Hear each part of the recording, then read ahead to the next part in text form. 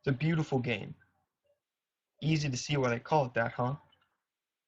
Soccer has always been a huge part of my life, an activity that I've continually dedicated 12 plus hours a week to for the better part of the last decade.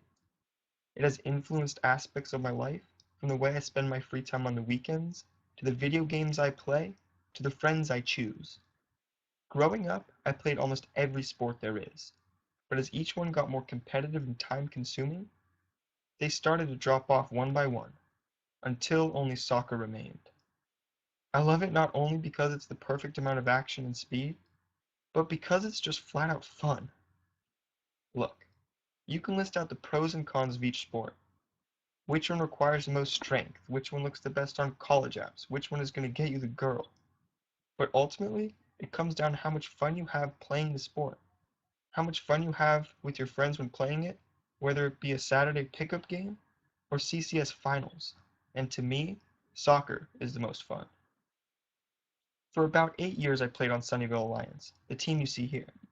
It was a lot of fun, and I made friends there that I won't soon forget.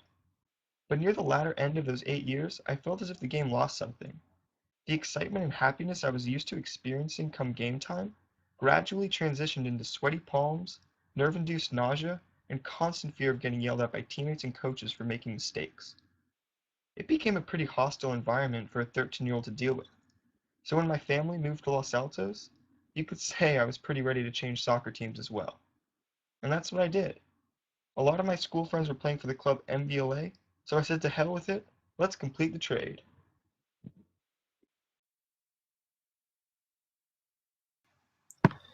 So, being a new player, I was put on the lower of two teams in my age group, with the promise that if I played well, a spot on the higher team was only a season away. What may have been a frustrating situation to others, a change to a more casual pace was exactly what I was looking for. The season started, and it turned out to be the first season in a long time when I remembered how the game is supposed to be played. It's not meant to be stressful, it's meant to be fun. And as a result of this new situation, I was playing better than ever.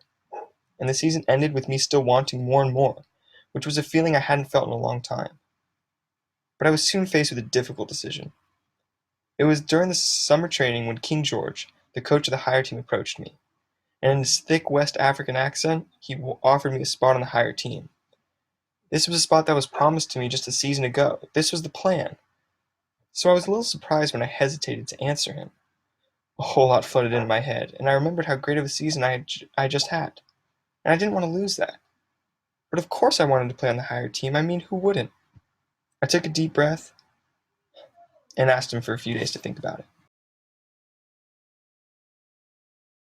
Over the course of the next couple days, I thought a lot about which path to take, knowing full well that this decision would impact so much of my life. On one hand, if I go on the A team, I undoubtedly will become a better soccer player in terms of technical skill. Also, I would no longer feel that hint of embarrassment that accompanied every conversation I had regarding soccer and what team I played for. It's never easy telling your friends and family that you're on the B team. But on the other hand, I thought about staying. I thought about all the fun I had with my friends, old and new. And then I remembered how awful it was playing on a team where the only thing that mattered to them was winning. Now that isn't how soccer should be. To be truthfully honest, I had no idea what to do. But when confronted by King George the next week, I had my answer, and stuck to my gut. I chose to stay on the B team, my team, because maybe being a good soccer player isn't all about how many goals you score or how many trophies you win. Maybe it's about finding joy in playing a beautiful game. Because let me tell you, I know I'm not going to remember my friends for how many hat tricks they had or how high level of a team they played for, but I will remember how good of a teammate they were and whether or not they made the people around them happier to be playing. I want to be known as a good teammate who has fun out there playing the game the way it's meant to be played, and I know I made the right call. As we move on to the next chapter in our lives, whatever that may be, never forget the importance of just having fun and finding your beautiful game.